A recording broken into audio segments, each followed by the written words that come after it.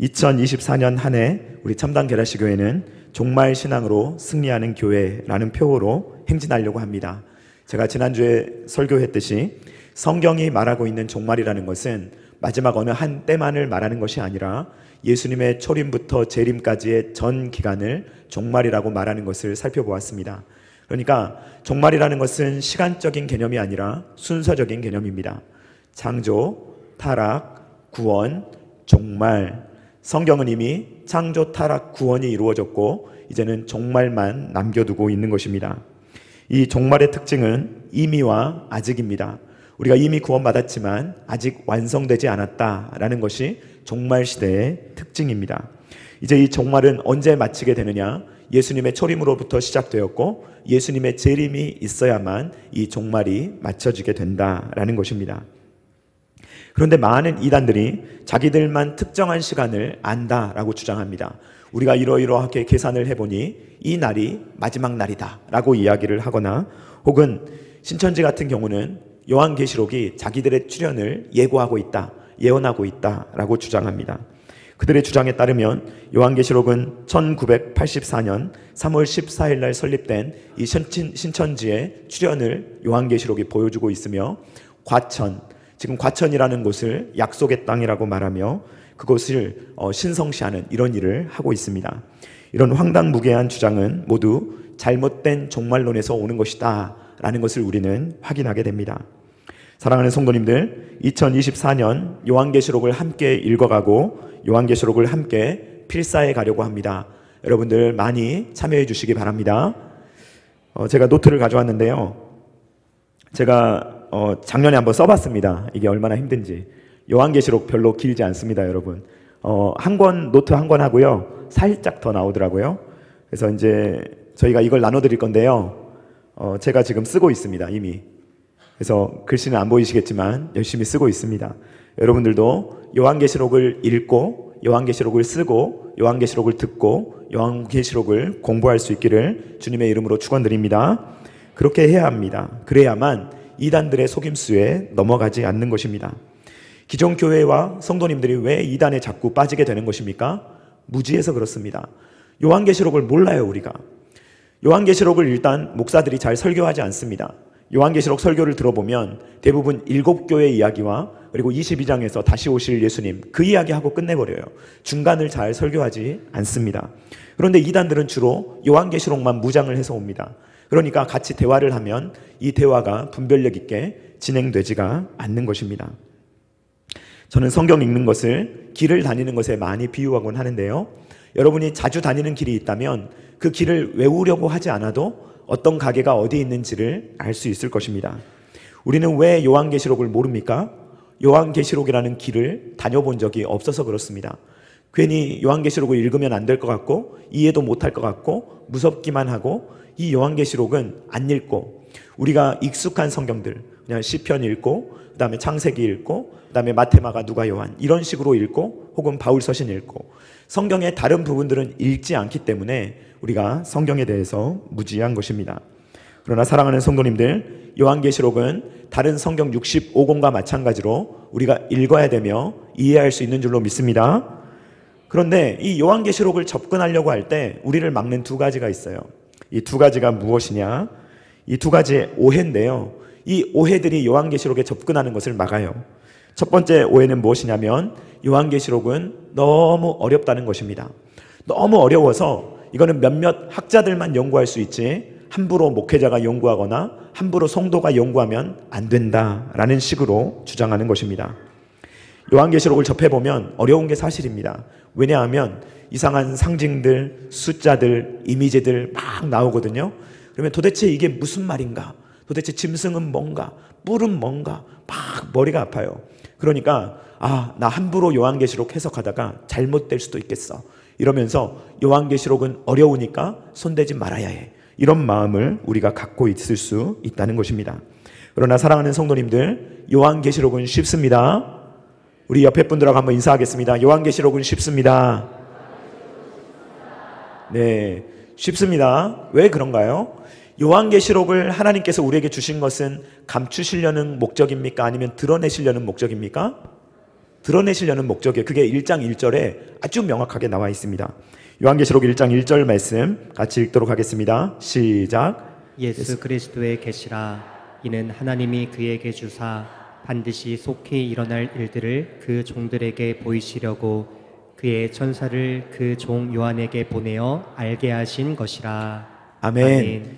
예수 그리스도의 계시라. 예수님을 드러내 보여준다라고 말하며 그 종들에게 보이시려고, 한 사람에게만 보이는 것이 아니라 그 종들, 즉 교회, 모든 성도님들에게 열려 있는 것이 바로 이 요한계시록입니다. 그것을 특별히 요한에게, 사도 요한에게 알게 하신 것이라 라고 말하는 거예요. 그러니까 요한계시록은 계시입니다. 보이시려는 목적으로 알게 하려고 주신 거예요. 그러니까 계시는요, 알려주면 쉬워요. 알려주지 않으면 어렵습니다. 여러분 혹시 제가 무슨 색깔 좋아하는지 기억하시는 분 계십니까? 일부 예배 때는 많던데. 혹시 제가 무슨 색깔 좋아한다고 했나요? 보라색이죠? 네, 아시네요. 제가 만약에 여러분들한테 끝까지 말을 안 하면 여러분은 제가 무슨 색깔 좋아하시는지 절대 알 수 없어요. 제가 임종의 순간에도 입을 꼭 닫고 제발 목사님 무슨 색깔을 좋아하십니까? 그래도 하면서 제가 만약에 죽어버리면 여러분들은 몰라요. 제가 무슨 색깔 좋아하는지. 근데 왜 여러분들이 아시죠? 제가 예전에 한번 계시했으니까요. 여러분들한테 한번 알려드렸잖아요. 설교할 때. 그때 들으셨던 분들은 제가 무슨 색깔 좋아하는지 알아요. 계시는 이런 겁니다. 계시는요, 듣기 전까지는 죽어도 몰라요. 그런데 들으면 알아요. 왜냐하면 알려주려고 계시하는 거거든요. 우리한테 알게 하려고 주님께서 우리에게 계시록을 주신 것입니다. 자, 요한계시록이 어렵지 않다라고 주장할 수 있는 두 번째 이유는 이 요한계시록에 나오는 이 상징과 이미지들이 어디에서 온 것입니까? 구약 성경에서 대부분 왔습니다. 그러니까 특별히 다니엘이라든지 스가랴라든지 구약 성경에서 많은 이미지들이 왔어요. 그러니까 구약 성경을 아는 사람들은 이 요한계시록이 쉬울까요? 어려울까요? 쉬워요. 옛날에 다니엘이 봤던 환상을 이제 사도 요한도 이야기하는구나. 그 나쁜 세력이 지금까지도 역사하는구나 라고 하면서 구약과 신약 성경을 연결해서 보는 거예요. 그런데 우리가 요한계시록을 어려워하는 이유는 우리가 다니엘과 스가랴를 잘 안 읽어서 그래요. 그러니까 거기에 대해서 지식이 없으니까 요한계시록도 웬 생뚱맞은 이런 글이 있냐 할 정도로 우리한테 익숙하지가 않은 거예요. 그래서 어려운 겁니다. 그런데 만약에 우리가 구약 성경을 잘 알고 그리고 계시의 목적으로 주어졌다는 것을 생각한다면 요한계시록은 얼마든지 쉬운 책이다라고 말할 수가 있는 것입니다. 사랑하는 성도님들, 요한계시록은 어렵지 않습니다. 아멘? 어렵지 않습니다. 네, 1년 동안 저랑 하는 거예요. 제가 뭐 하나 가져왔는데요. 어제 제가 선물을 하나 받았거든요. 그런데 이걸 하나 이제 어떤 권사님이 주셨어요. 이게 2023년 설교를 다 요약한 책입니다. 그러니까 1년 동안 이렇게 잘 하시면요, 여러분들에게 신앙적 유익이 있을 줄로 믿습니다. 1년 동안 내가 요한계시록을 정말 잘 배워야 되겠다, 이런 마음으로 따라오시면 여러분들도 얼마든지 요한계시록을 이제 자유롭게 인용하고 요한계시록이 어떤 말씀인지를 분명히 설명하실 수가 있을 겁니다. 요한계시록의 첫 번째 오해는 뭐였냐면 어렵다, 이거는 학자들만 봐야 된다. 아닙니다. 종들, 모든 사람에게 주신 거예요. 그리고 요한계시록의 두 번째 오해는 뭐냐면 무섭다는 거예요. 요한계시록을 보면 막 전쟁이 나오고 막 짐승이 나오고 막 어디 굴에 들어가고 막 이런 것이 나오니까 무서워요.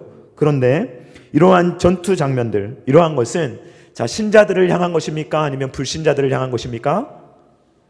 불신자들을 향한 것입니다. 사탄과 그의 귀신들. 그러니까 이 심판의 세력은 우리에게 옵니까? 안 옵니까? 여러분? 옵니까? 안 옵니까? 오지 않습니다. 여러분 잘 생각해 보세요. 애굽에 10가지의 재앙이 내렸잖아요. 이스라엘 백성들한테 내렸어요? 안 내렸어요? 안 내렸죠? 재앙이 어디에만 내렸어요? 애굽 사람들한테만 내렸잖아요. 이 요한계시록에 있는 이 온갖 두려운 전쟁과 심판은 누구에 대한 겁니까? 사탄의 세력을 주님께서 어떻게 짓밟으시고 그들을 어떻게 정복하시고 하나님을 믿는 주의 자녀들이 어떻게 구원이 영광스럽게 완성되는지를 보여주는 것이 요한계시록입니다. 그러니까 요한계시록이 주어진 목적은 우리를 무서운 이미지로 두렵게 하는 것이 아니고 우리에게 은혜와 평강을 주는 것입니다. 요한계시록 1장 5절 말씀 같이 읽겠습니다. 시작. 또 충성된 증인으로 죽은 자들 가운데에서 먼저 나시고 땅의 임금들의 머리가 되신 예수 그리스도로 말미암아 은혜와 평강이 너희에게 있기를 원하노라. 우리를 사랑하사 그의 피로 우리 죄에서 우리를 해방하시고. 예수님은 어떤 분이십니까? 우리를 사랑하사 그의 피로 우리 죄에서 우리를 해방시키시고 은혜를 주셔서 그 은혜의 결과인 평강을 누리게 하시는 분이 바로 우리 예수님이십니다. 그런데 그 예수님이 이 사탄에게는 어떤 분이냐? 이 사탄은 진노하시고 심판하시고 공의로 다스리시는 분이다라는 것입니다. 사랑하는 성도님들, 사도 요한이 요한계시록을 기록한 목적은 무서운 이미지들로 저와 여러분을 겁주려고 하는 것이 아닙니다. 성도들을 위로하려고 하는 것인 줄로 믿습니다. 이 요한계시록을 통해서 성도들은 무엇을 보냐면 두려움을 보는 게 아니고 기쁨, 위로, 소망을 보는 것입니다. 요한계시록을 읽을 때마다 우리는 기뻐해야 돼요. 위로받아야 돼요. 그것이 바로 요한계시록이 기록된 목적이라는 말입니다. 이제 우리는요, 요한계시록에 대한 큰 오해들을 어느 정도 풀었습니다. 자, 어렵지 않습니다. 두렵지 않습니다. 자, 그러면 이 요한계시록을 이해할 때 매우 중요한 대전제가 하나 있어요. 자, 저를 따라해 보겠습니다. 장르를 이해하자. 네, 장르를 잘 이해하셔야 됩니다. 그러니까 말하는 사람이 무슨 말을 하는지 알아야 돼요. 그래야 대답할 때 올바로 대답할 수가 있는 것입니다. 여러분 혹시 너 T야 이거 아십니까? 우리 아이들은 알 텐데 너 T야? 이렇게 물어보면요, 이게 이제 어떤 말이냐면 공감을 못한다는 말이에요. MBTI 아시죠? MBTI를 하면 T가 있고 F가 있어요. T는요, 그러니까 think예요. 생각하는 거고요. 그 다음에 F는요, 이제 feel이죠. 감정이에요. 여러분 사고가 좋습니까? 아니면 감정이 좋습니까? 둘 다 좋아요. 좋고 나쁜 게 없습니다. 그런데 너 T야? 라고 물어보는 건 이제 부정적인 의미예요. 그러니까 감정적인 사람들이 이 사고형 사람들한테 왜 너희는 공감을 못해? 왜 내 마음을 몰라줘? 그 말을 할 때 너 T야? 이런 말을 쓰는 거예요. 그러니까 이런 겁니다. 제가 제 아내하고 대화를 해요. 근데 어느 날 제 아내가 저한테 여보, 나를 위해서 별 하나 따다 줄 수 있어? 그러면 제가 어떻게 대답해야 됩니까, 여러분? 따다 줄 수 어가 끝나기 전에? 그럼 그까짓 것, 내가 그까짓 별 하나 당신 위해서 못 따다 주겠어? 내가 몇 개라도 따다 줄게. 이게 모범 답안입니다, 여러분. 이렇게 하시기 바랍니다.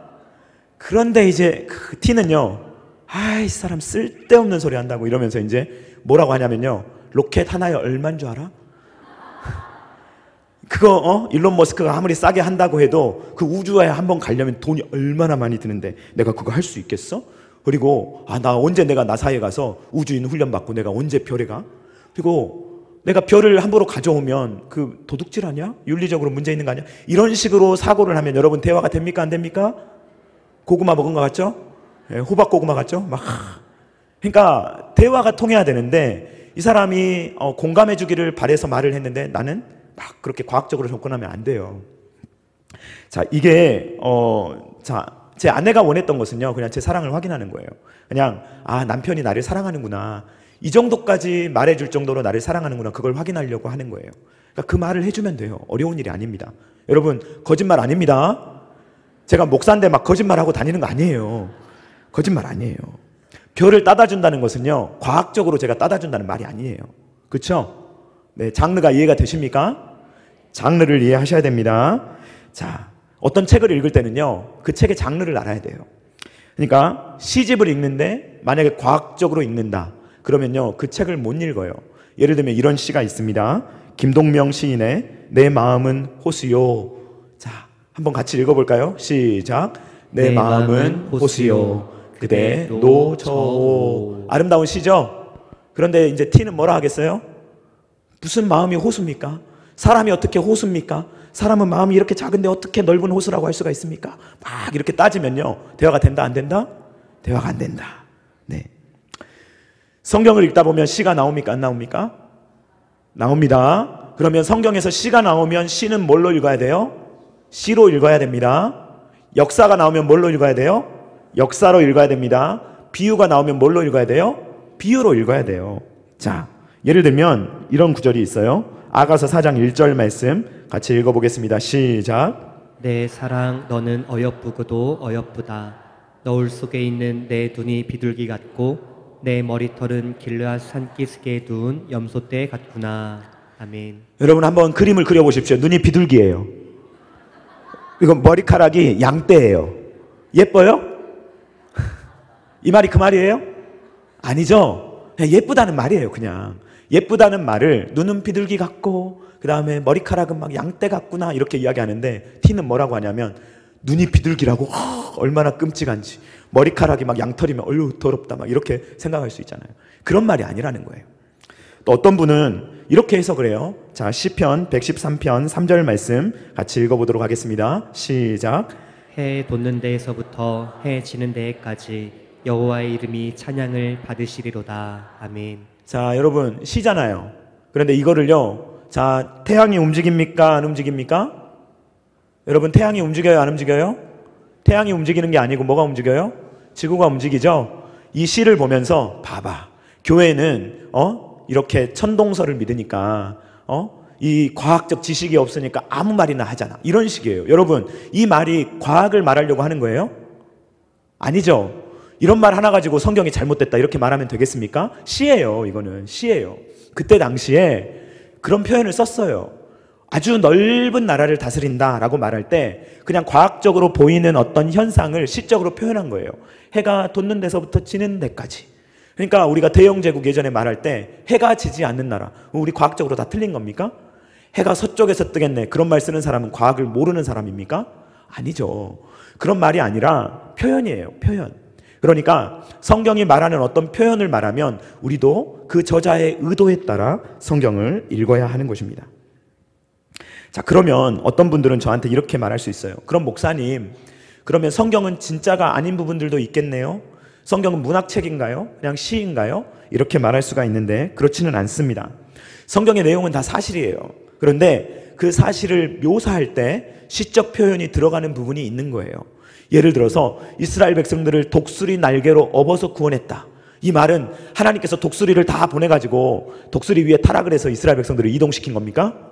그게 아니라 하나님이 그만큼 그들을 아주 권능으로 능력으로 그들을 잘 돌보셨다. 그런 말이에요. 그러니까 우리가 성경을 문자적으로 읽는다라는 말은요. 그 문자를 그대로 적용하는 게 아니고 그 저자의 의도가 무엇인지를 읽어내는 거예요. 자, 문자주의가 있습니다. 그리고 문자적 해석이 있어요. 리터럴리즘은요. 그냥 문자 그대로만 이해하려고 하는 거예요. 근데 우리가 해야 되는 것은 문자적 해석이에요.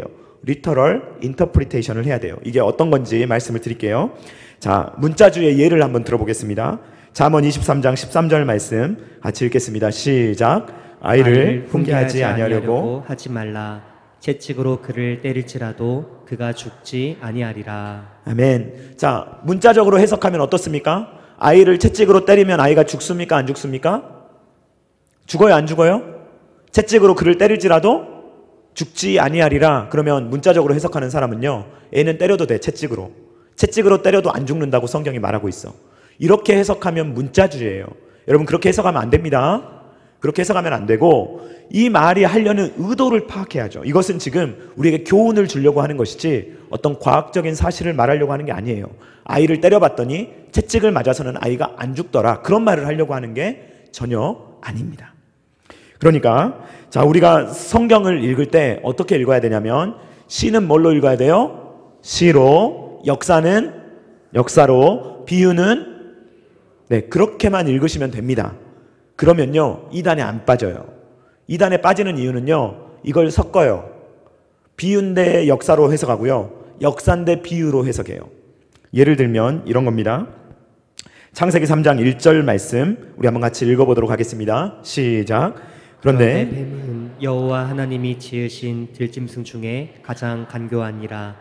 뱀이 여자에게 물어 이르되 하나님이 참으로 너희에게 동산 모든 나무의 열매를 먹지 말라 하시더냐. 아멘. 여러분 창세기는 역사입니까? 비유입니까?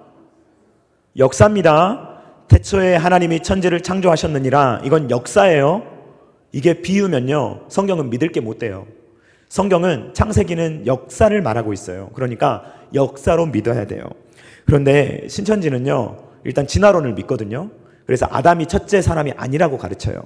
그리고 이 부분도 뭐라고 말하냐면, 이 부분에서 뱀이 말하는 게 말이 되니 상식적으로? 너 뱀이 말하는 거 본 적 있어? 그러니까 뱀이 말했기 때문에 이 부분은 역사가 아니라는 거예요. 그러니까 뭘로 해석해야 된다는 거예요? 비유로 해석해야 된다는 말입니다. 여러분 근데 잘 보셔야 돼요.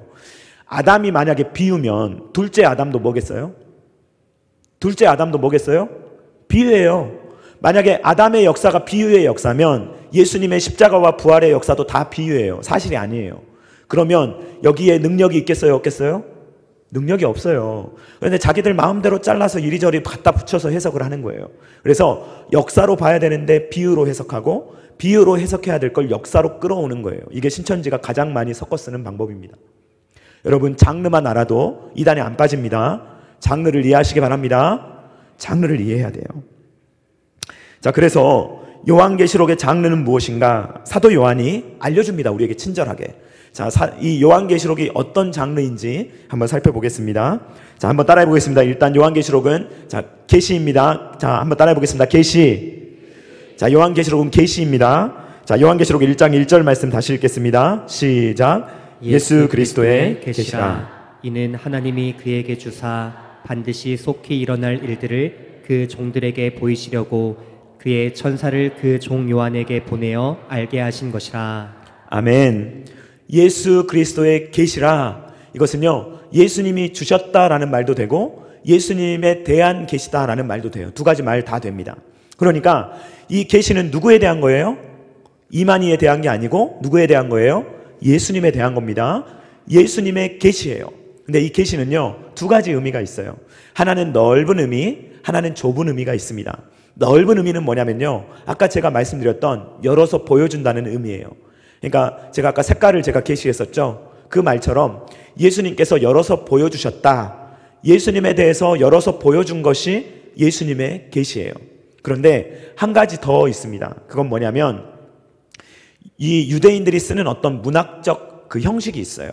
어떤 장르가 있어요. 그게 뭐냐면 묵시문학이라는 것입니다. 이걸 표현할 때 계시라는 말을 쓰기도 해요. 그러니까 이 묵시는요, 여러분들이 다니엘 뒷장을 보면 알게 되는 그런 부분들이 묵시예요. 그러니까 다니엘과 가장 비슷한데 이 요한계시록은 그 다니엘도 뒤에 보면은 알 수 없는 여러 환상들이 나오고 미래에 대한 이야기들이 자꾸 나오잖아요. 그래서 어떻게 악이 심판받고 어떻게 하나님의 사람들이 구원받는가라는 것을 다 알려주는 것이 바로 이 묵시록이 가지고 있는 묵시 문학이 가지고 있는 특징입니다. 그러니까 이 요한계시록은요, 예수님의 계시, 예수님의 묵시라고 말할 수가 있는 것입니다.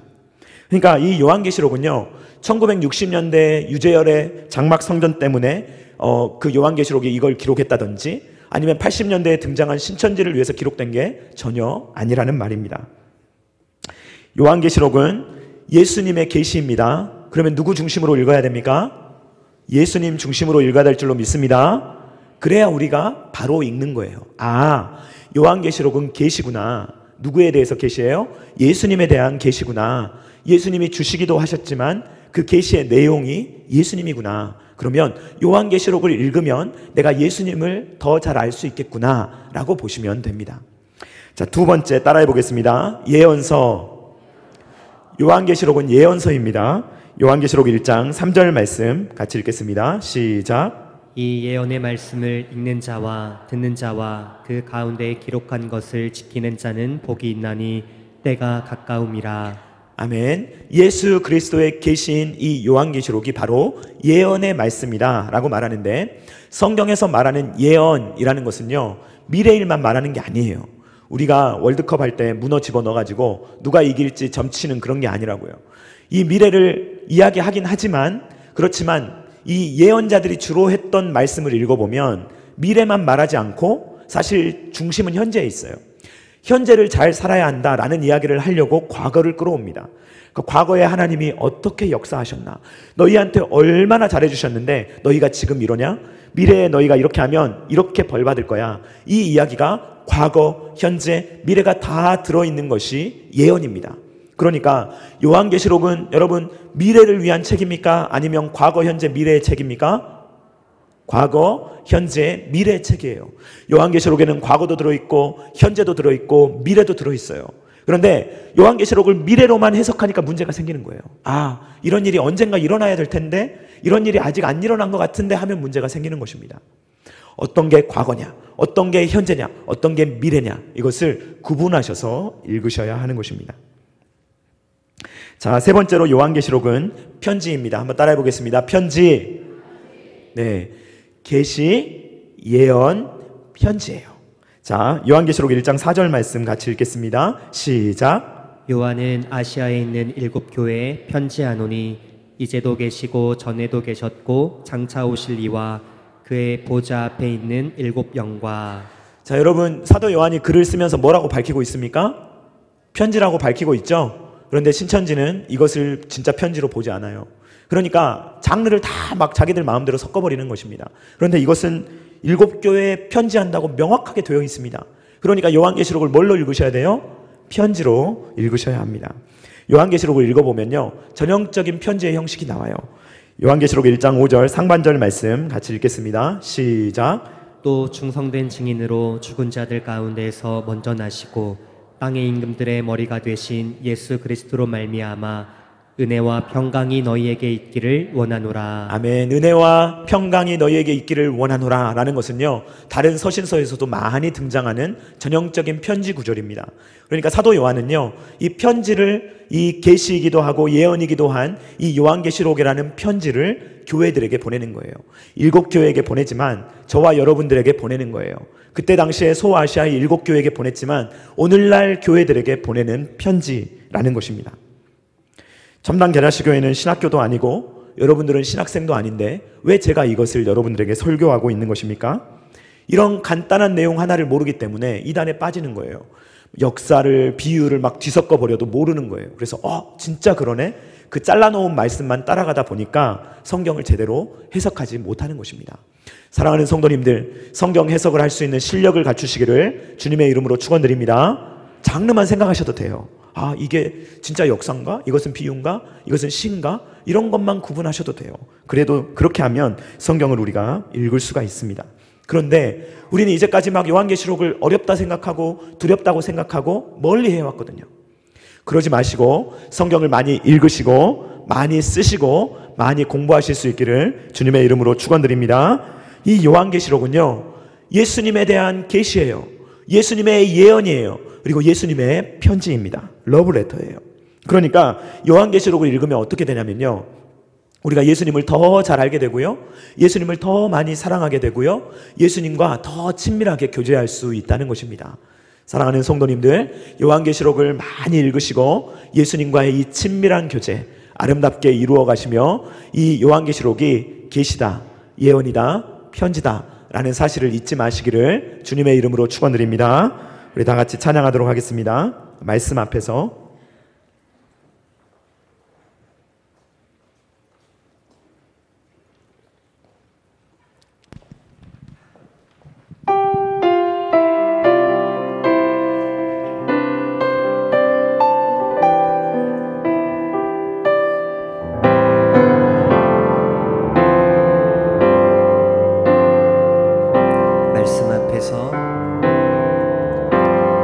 말씀 앞에서 경외함으로 주께 홀로 섭니다. 생명의 말씀 읽고 순종해 주를 예배합니다. 기록된 말씀 힘이 있어서 진리로 우리 거룩해 하며 거룩한 말씀 세세 영원히 도근이 되어 말씀하시네. 하나님 말씀에 두려웠던 인자 이 말씀에 생명을 거는 자 한 사람 찾으시니 주님의 약속을 믿어 하나님 말씀에 운명을 거는 자 순종하며 주 따라가는 자 영원한 하나님 나라 이뤄갈 주의 교회여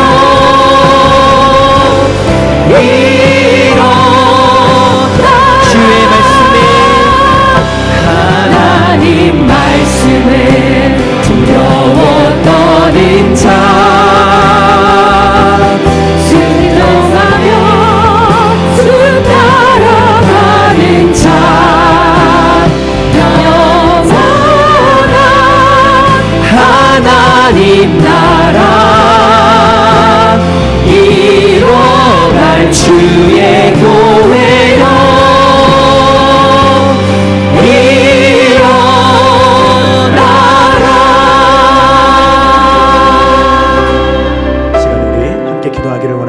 이 시간에 기도할 때 주님의 말씀이 힘있게 능력 있는 삶을 살아갈 수 있도록 주님의 말씀을 주님께서 주신 의도대로 이해하며 이 세상 혼란스러운 세상 가운데 여기저기 휩쓸리지 아니하며 하나님께서 주신 진리의 말씀 붙들고 평생을 승리하며 살아갈 수 있도록 도와달라고 다 같이 주여 한번 외치고 기도하겠습니다.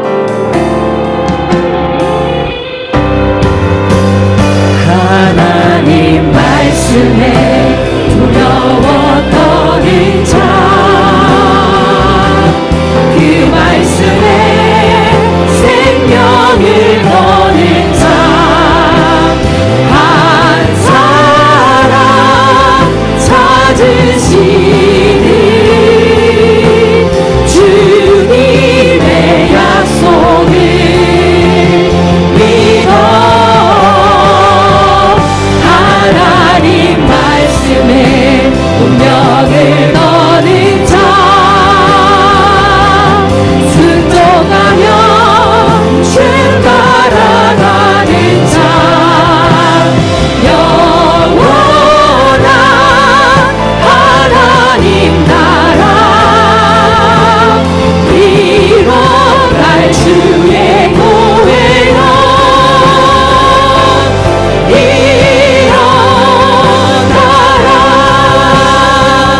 하나님 말씀에 두려웠던 인자 그 말씀에 생명을 거는 자 한 사람 찾으시니 주님의 약속을 믿어 하나님 말씀에 운명을 거는 자 순종하며 주 따라가는 자 영원한 하나님 나라 이뤄갈 주의 교회여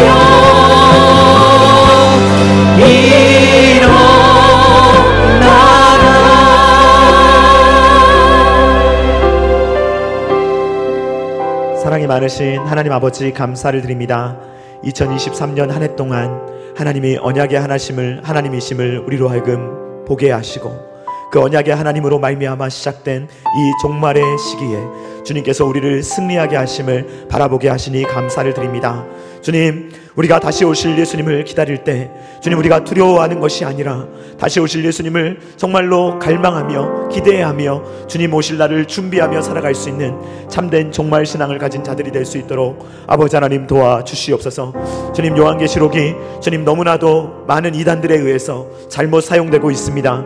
이 예수 그리스도의 계시, 예수 그리스도의 예언, 예수님의 편지이신 이 요한계시록을 우리가 잘 이해하며 이 요한계시록 말씀을 통하여 예수님을 더 잘 알게 하시고 예수님을 더 많이 사랑하게 하시며 주님께서 우리에게 베풀어 주시는 그 복과 은혜를 마음껏 누릴 수 있도록 아버지 하나님이여 우리의 눈을 열어 주시옵소서.